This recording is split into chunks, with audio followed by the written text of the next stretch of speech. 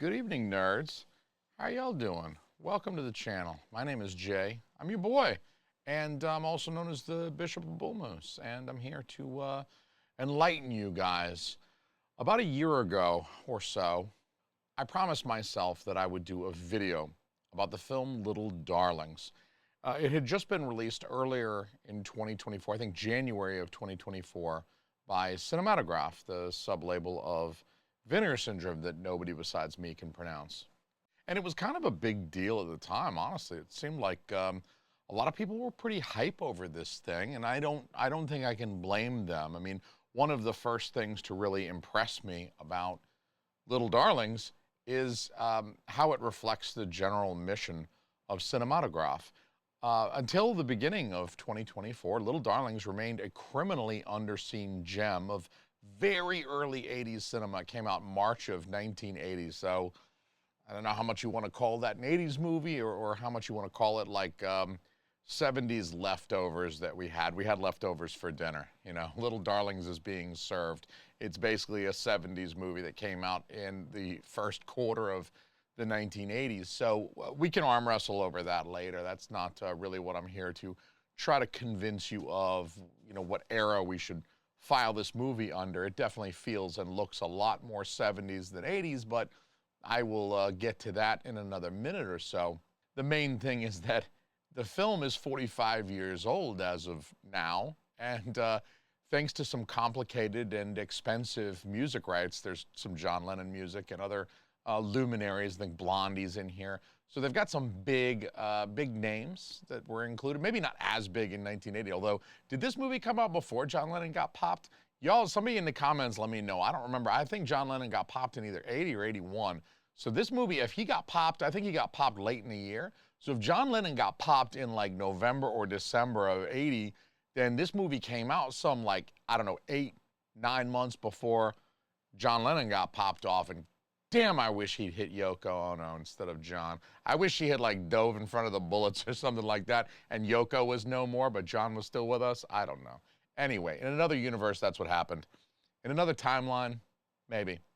So with Little Darlings, I mean, there was a VHS release, of course, in the 80s to coincide with the popularity of VHS players at the time. You know, everybody had those, and you know, it was shown on TV. I wouldn't know. I was too busy smashing Teela's face into He-Man's dick back then. I was a little young for Little Darlings at the time that might have been airing on TBS, even though I did live in Georgia. There was even a Laserdisc. I've seen a Laserdisc of Little Darlings. I'm 85% certain that that's not AI. I'm pretty sure that was a real picture. But beyond that, if you wanted to watch Little Darlings, you could go fuck yourself. There was no US DVD release. There was no US Blu-ray. There was a Blu-ray released in Japan, and there were a couple of DVD releases in Germany. So, I mean, you could import one of those, I guess, if you wanted to watch this movie 10 years ago. But mostly go fuck yourself until Cinematograph comes around. They put this bitch out on 4K, and it had been at least 30 years since its previous home video release, at least domestically here in the United States. Here in the US, there was nowhere to rent it, nowhere to buy it, nowhere to stream it for decades.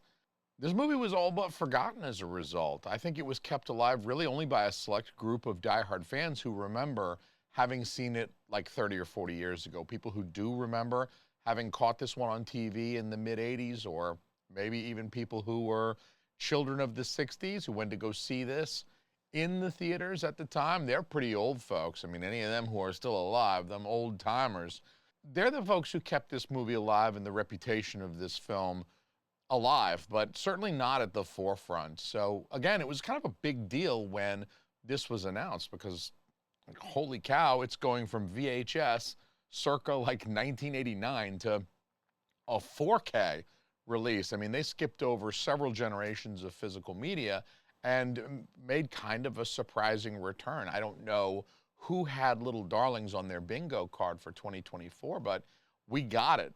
Thank the dear sweet baby Jesus. And of course, I had never seen the film because, again, I was kind of into He-Man at the time this thing was out on TV, and Little Darlings was a tough sell to, you know, 7-year-old Jay. I was only able to see this thanks to Cinematograph's release. I suppose I could have imported the Japanese Blu-ray or whatever. And there have been a few times over the last 20 years or so that I've lamented that I could not add Little Darlings to my slate of annual summer camp films due to its lack of availability. There's really nothing that makes me want to watch a movie more than having a hard time watching the movie. So the first thing I want to gush about, Little Darlings, isn't really even about the movie itself. It's about Cinematograph. That's really what sold me on Cinematograph largely, like as a line, was like, if this is going to be what they're doing is bringing out these films that, you know, we haven't seen in decades and restoring them to 4K, then I'm very much here for that. I like the idea of boutiques rescuing old, out-of-print, criminally underseen films like this one. And Vinegar Syndrome also did it with The Keep as well. So we'll give them credit for 2024 rescuing a couple of movies and bringing them into the 4K format so that modern audiences, they're widely available for us, and that's good. So not only did they make Little Darlings available again after decades, but the 4K is very good. I mean, it's what Vinegar Syndrome, I believe, is known for, which is very, very good 4Ks. And this movie looks great. I mean, it really looks great. The last time you saw this movie, if you've seen this movie before, the last time you saw this movie before you popped in that 4K was some grainy ass shit you taped off TBS, and you know it. That shit still had commercials in it for Metamucil, 1987 commercial for Metamucil, and probably McDonald's too, and maybe Coca-Cola. You watching some old ass Sprite commercials in between segments of Little Darlings, so you know this 4K was a tremendous jump up. It really does look very good. It is a very glorious release, in my opinion. It's a glorious return of a film that was gone for a long time. Speaking of the image and the way it looks, it has a softness and a warmth that I think are actually kind of common with Vinegar Syndrome 4Ks. I feel like it serves Little Darlings well. I mean, I think a lot of the Vinegar Syndrome, I don't know if it's the films they choose to restore to 4K or release in 4K, or if it's like they've got a particular style. It makes sense that there would be some consistency in the look, but like I said, it serves Little Darlings very, very well. There is, again, the warmth, I think, of the color grading serves it very well. And then obviously there is some softness to the way it was filmed too. I mean, that's going to be inherent to the photography. So that goes back to the way it was filmed. And it does feel like kind of an element of the time, that sort of late 70s, and everybody's got that like 70s like blown out and feathered hair. It's so fucking great. Now, Little Darlings is one of those 80s movies. It barely counts as an 80s movie. Like I said, it was released a mere 3 months into the decade. So what you're really seeing on screen is like 70s culture, more so than the 80s. There's this soft warmth of Little Darlings. It's just perfect for like the outdoorsy camp setting. It's absolutely perfect for like this time of year. And it's perfect for nostalgic qualities now as a 45-year-old film with like strong coming of age themes. A very high percentage of this movie was filmed on location in my home state of Georgia, on a lake, in the woods, even at a gas station in a small town. They filmed this at a real gas station that, to my understanding at least, still exists, or still existed a year or two ago. It was still there, the gas station where they pulled over to find the condoms in the condom machine in the bathroom. They stole a bus to do that, by the way. I love the fact that these girls, adolescent girls, steal a bus from their camp to illegally drive to town to steal more, but now they're stealing condoms so they can get laid. Are you feeling like you were born in the wrong decade? I certainly know I am. Anyway, there is some really nice photography though. There's a striking image of Ferris on a tire swing. She's alone in the frame in this off-center composition. There's also a similarly asymmetrical composition of Angel as she walks across the camp. I think she's actually walking toward Ferris. They're about to have a scene of dialogue together, kind of near the climax of the film. So visually, I do think there's a lot to enjoy here. I won't take you through every shot. I hope that you'll check out Little Darlings for yourself if you haven't already. And if you have seen Little Darlings, I hope you'll agree with me, because nothing make me want to slap you more than if you disagree with me down below in the comments. I tell you what, I'll find you. So visually, there's a lot to enjoy here with Little Darlings, especially if you like a naturalistic setting, that outdoorsy, woodsy kind of setting. In terms of the storytelling, in a lot of ways, Little Darlings builds its narrative by presenting the viewer with a dissonance that they achieve by depicting opposing elements. And it's all in service of the themes of the film. For example, our main characters, Ferris and Angel, they are intentionally socioeconomic foils. They're from different classes. Angel is an impoverished but scrappy kid from the project. She's a smoker. She's clad in denim from head to toe. She's wearing a Canadian tuxedo, which at the time, I think is still, and even today, still very much like semiotics for a labor class, lower class. The denim says this person has to work for a living. The sweat of their brow is how they make money. They're not the landowners. They're not the lords. They don't collect rents. They don't have mutual funds. And so denim, I think, still tells us this person is kind of like young, scrappy, but impoverished. And so it tells us visually she is a lowest rung. She opens the movie by kicking some boy square in the nuts. And I was like, dude, I'm sold. I'm absolutely here for that kid being like, yo, give me something nice. Wham, gives it to him right in the nuts. And I'm sold from the opening moments if she gonna be kicking this lame-ass kid in the nuts. And look at that can of beer and that cigarette. I mean, this broad can fucking hang. Dude, I'm inviting Angel to all of my parties. Hands down, she can hang. I don't know about Ferris. Ferris is in a white pantsuit with a matching hat. Her outfit is already telling you she comes from money. She doesn't have to work. She doesn't have to pull a hanky out of her back pocket to mop the sweat off of her brow. She's wearing a white pantsuit with a matching hat. She's not smoking. She's never depicted as smoking. And she really appears to be from the upper crust of society. I mean, she's chauffeured to the camp drop-off in a limo, for Christ's sake. So you see her riding away from her palatial estate. This is framed very intentionally, too. Look at the screen. Window, that rear window is open so that you can see her giant fucking mansion in the background, and you can get it all in one image, right? There she is with her pantsuit in a limousine driving away from her humongous fucking house in Atlanta, Georgia. That's how rich this person is. And they achieve that without telling you anything, really. They just show you this image of this rich-ass kid driving away from big-ass house, and you already know it. And this is what I mean when I say semiotics, is using these visual symbols that communicate things without using words, right? Also, I talk shit, but look at Ferris. She is cute as a button, you guys. She is absolutely cute as a fucking button. Look at that kid right there, man. I just want to pinch those cheeks. Anyway, Angel and Ferris get on the same bus and they head to the same camp, despite their class differences.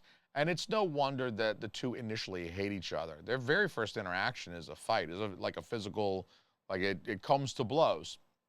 And the opening of the film does take these great pains to set them up as polar opposites. We see them both approaching the camp drop-off to get on the bus, coming from very different areas and from very different backgrounds. But their presence at the same camp indicates both a metaphor for their similar experience of coming of age. They're both about to have a very similar kind of coming of age experience, as well as indicating that the problems that both girls experience in their relationships with their parents are universal, regardless of socioeconomic class. They spend very little time with their parents in this film, but I think their relationships with their parents are kind of crucial to their characters. And so both girls do come from broken homes. They have single parents, and their single parents are maybe a little bit too absorbed in their own shit to really connect properly with their daughters. Which, you know, as a father of two daughters myself, that kind of hits me in the feels a little bit. So, like, summer camp for Ferris and Angel becomes this great equalizer of this dissonance between them. At camp, their social class is largely nullified. Though the characters remain consistent with their backgrounds. I mean, Ferris still kind of acts like a rich kid, and Angel still kind of acts like a scrappy kid who'll kick your ass.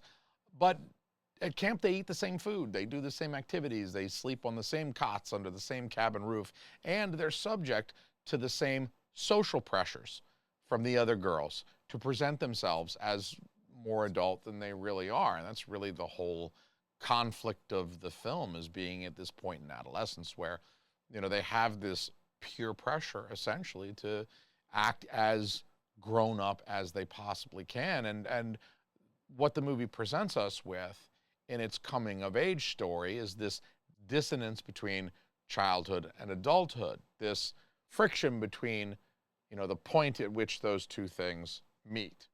So despite their pretenses, the characters in this film are children in many senses, actually. They're minors, of course, right? They're not 18 yet. I think the characters are playing either 14 or 15-year-old girls. So obviously they're children from a legal standpoint. They're adolescents navigating the complexities of the world that they're really just now starting to experience. I mean, you can imagine that a few years prior to this, the world probably did seem a little bit simpler to them, and that now that they're reaching this adolescent, you know, teenage point in time where they may be adults in a couple of years, they're really starting to experience some of these complexities that they probably weren't exposed to before. Their status between the world of childhood and adulthood is masterfully presented in Little Darlings, and I think that's the conceit of the film. Again, as I was saying a moment ago, the conceit of the film is that meeting point and the friction between childhood and adulthood. I mean, there's an early montage that shows the girls all engaging in camp activities and seemingly having a blast. They look like they're having a great time. They're playing softball, they're jumping on a trampoline, they're doing all sort of shit. I wish I was doing that shit right now, actually. They're having a blast. And then we have what in my mind at least is a pivotal scene in this film, and that is the food fight scene. They get into a food fight, and it's absolute mayhem, as you might imagine, but it's childish mayhem. This is not even the behavior of teenagers. This isn't even how like 16, 17, 18-year-olds act. I mean, this is what kids do, right? Food fight. My whole life I waited for a food fight like this to bust out anywhere, school, camp, anywhere. It never happened, and that's one of my great regrets that I'm gonna have to take with me to the grave, into the afterlife, is that I never had a food fight like this. I would have loved this food fight. Come on, you guys, that really puts me off.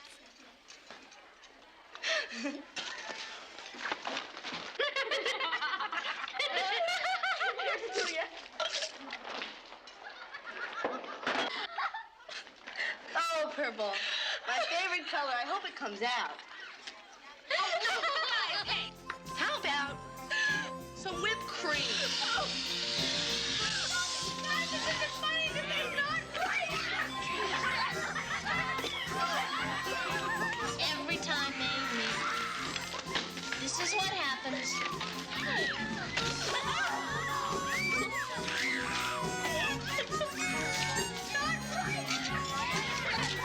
I think you need some sugar.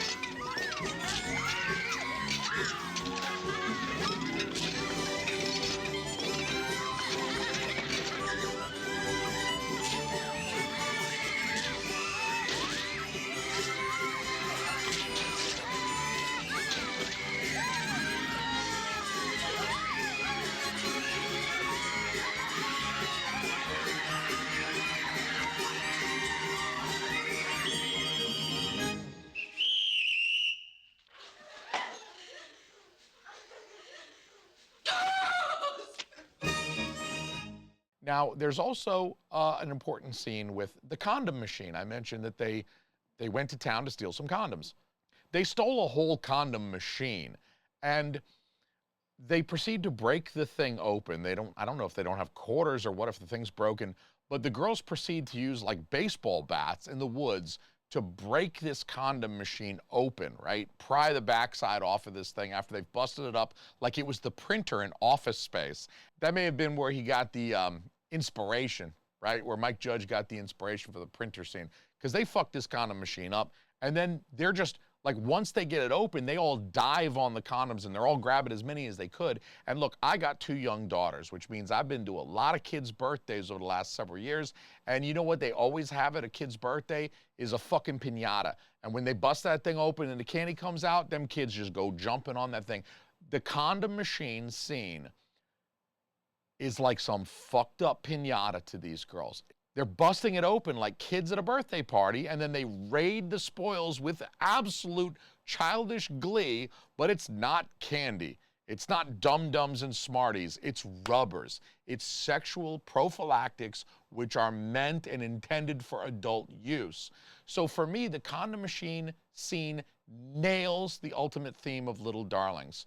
It nails the theme of childhood butting up against adulthood right there. Not only do they enjoy busting it open like it's a piñata, like the visceral, and then collecting all the spoils, just like children do, but they're also showing this budding interest in sex and sexuality, which is not at all uncommon for adolescents and teenagers. So it's really, I mean, for me, that's the fantastic scene of the movie, is that really just communicates the theme so perfectly. The fucked up condom machine piñata.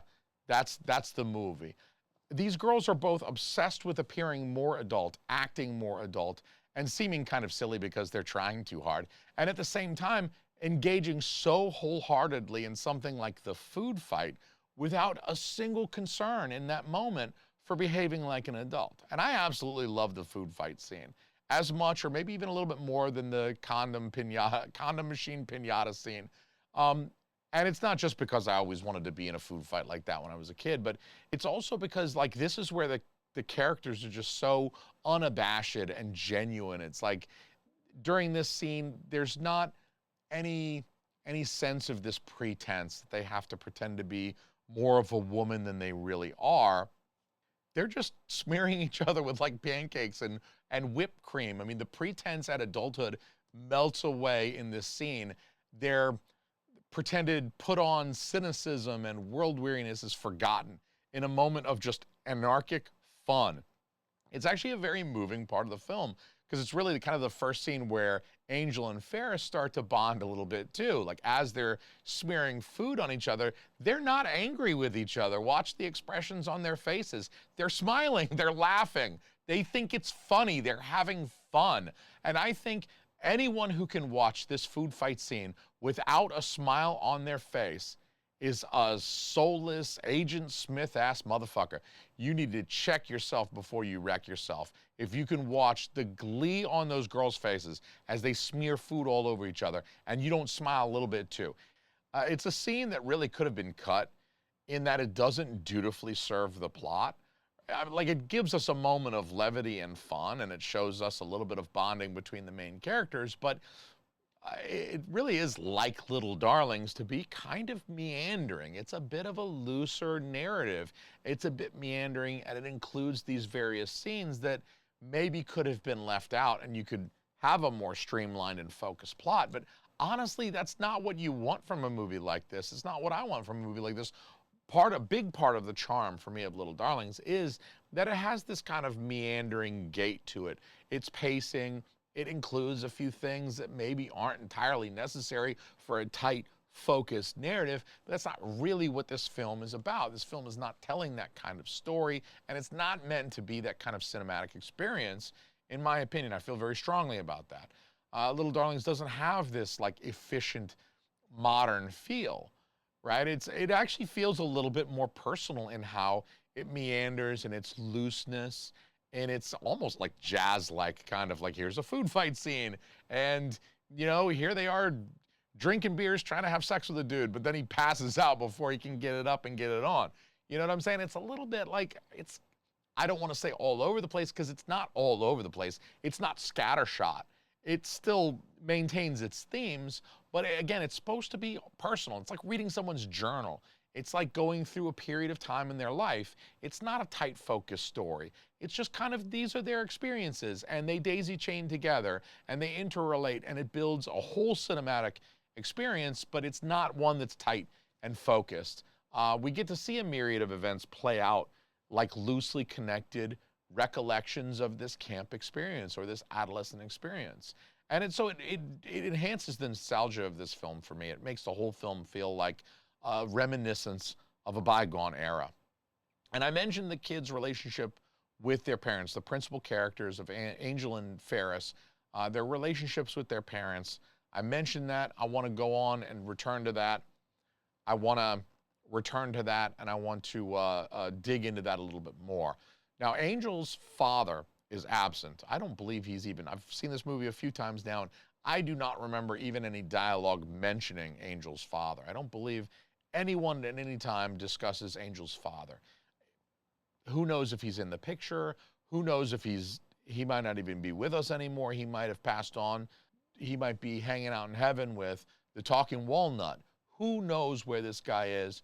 They never tell us. Now, so Angel's only parental relationship is with her mother. And in Little Darlings, Angel's mother fumbles big time when Angel begins asking her about losing her virginity, the mother's virginity. Angel asks when her mother lost her virginity, and her mom absolutely fumbles the ball here. Angel is showing, with this question, an interest in sex. She's asking the question. It's on her mind. Her mother misses an excellent opportunity to have a real person-to-person discussion about it. Instead, she tells Angel that she was at least 19, which Angel clearly balks at. She obviously disbelieves what her mom is telling her. But Angel's mom told her that as if to say she thinks Angel is too young to have sex. And she also says it's no big deal, as if to discourage Angel's interest in sex. And that whole approach obviously backfires. It's a terrible approach in hindsight.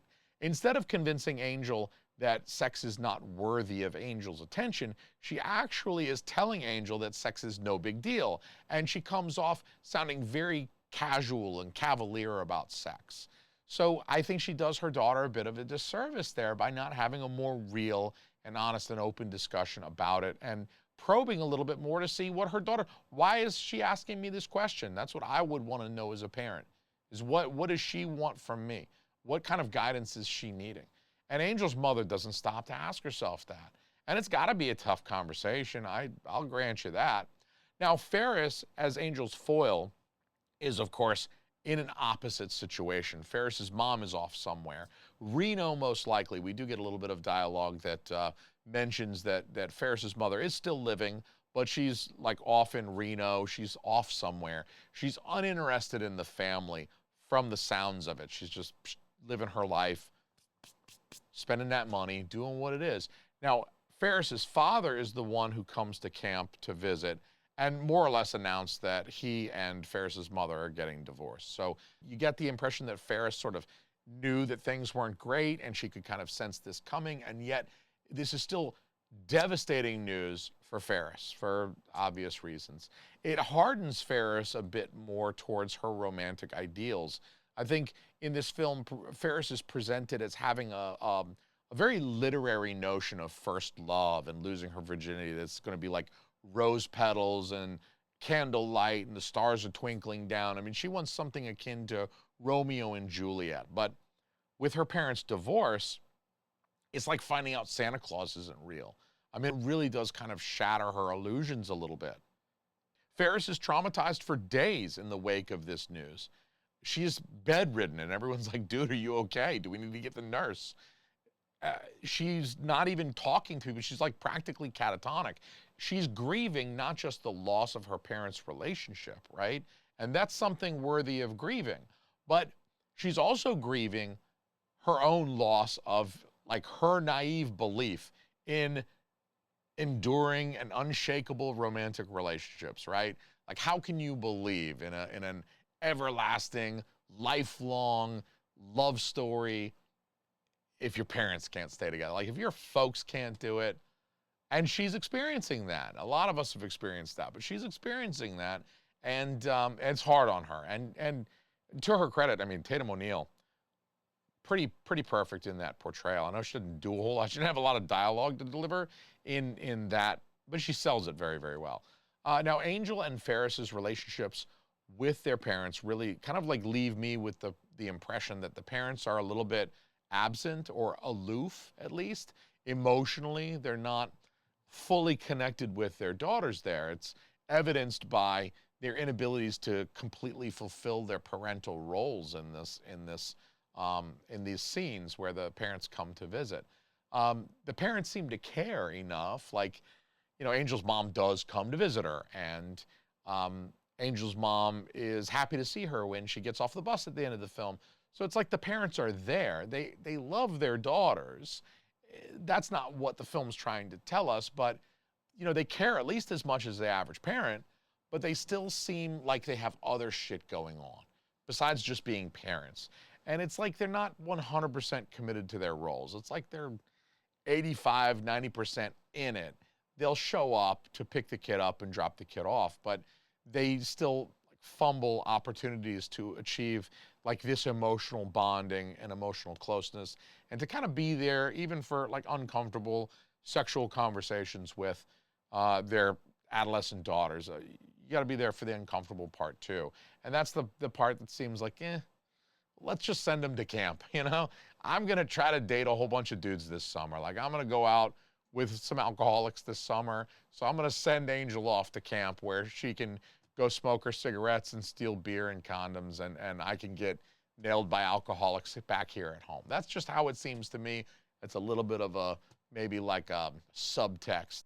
Ultimately, I think for me at least, Angel and Ferris's relationship with their parents seem a little lacking.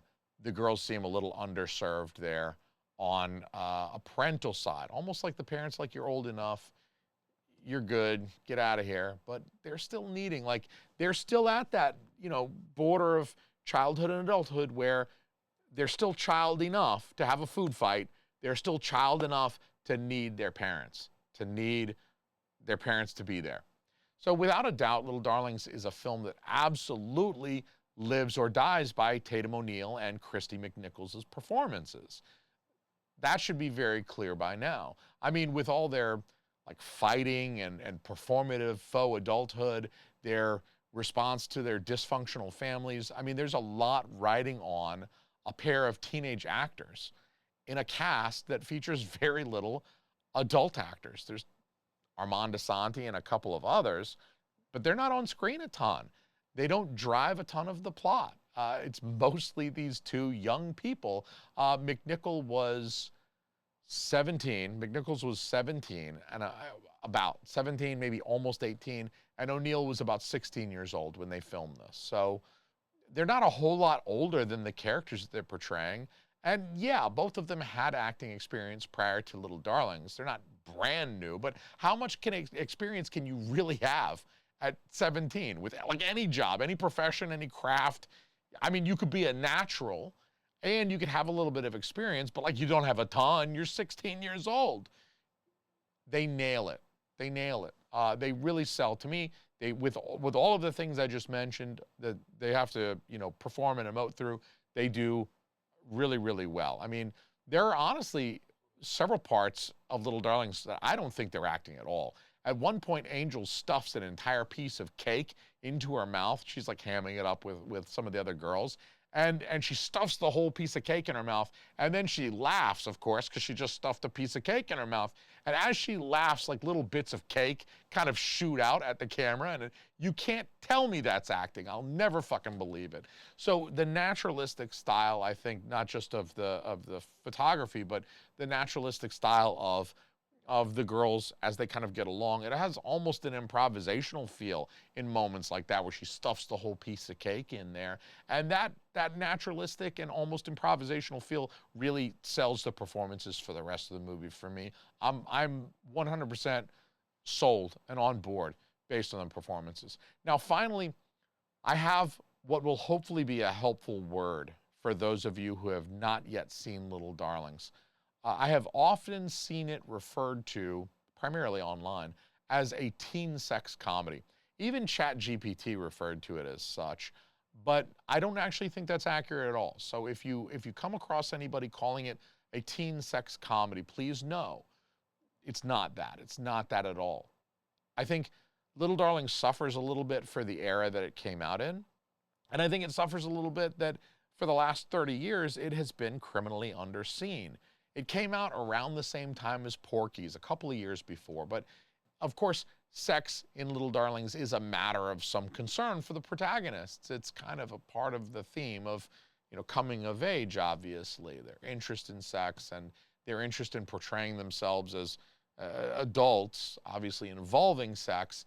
But I don't think it's apt to compare Little Darlings with a sex comedy. Thanks to its approach, thanks to its presentation, the direction, the nuance. I mean, it had female writers. It's an all-female cast, of course. I think that's a little different than your standard teen sex comedy. There is a lot of interest in, and a lot of the plot revolves around sex and getting sex, making sex happen.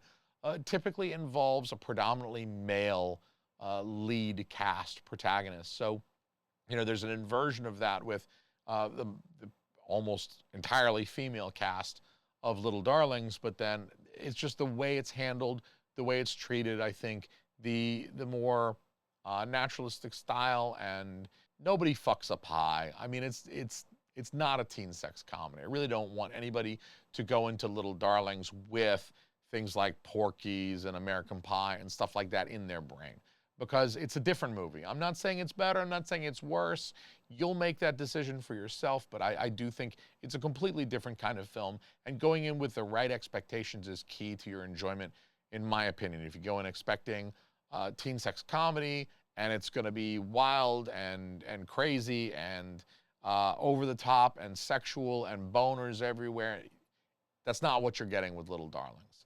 You have to expect something that's going to be a little bit more dramatic, a little bit more personal, a little bit more vulnerable, and character driven.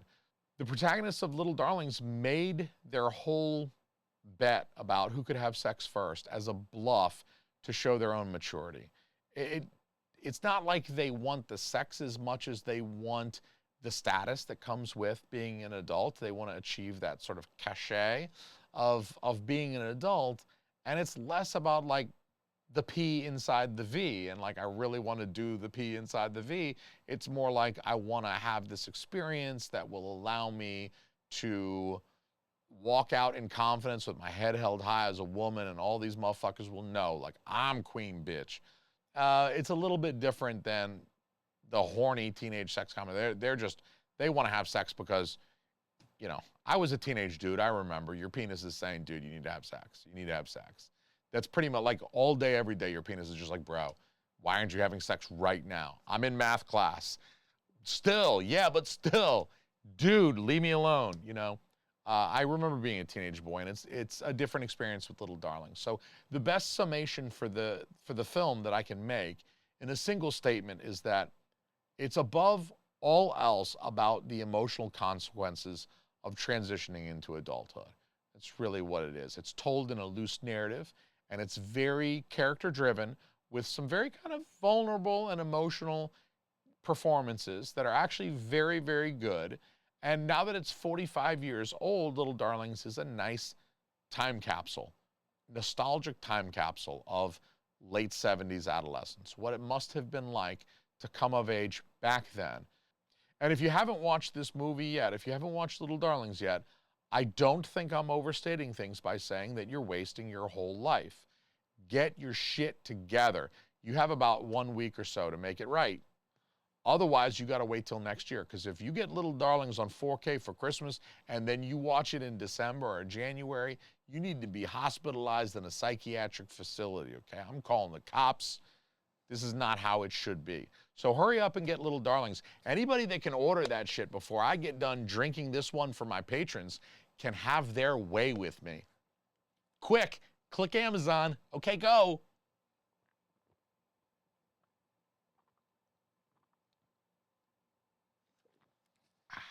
I thought I was your snack pack.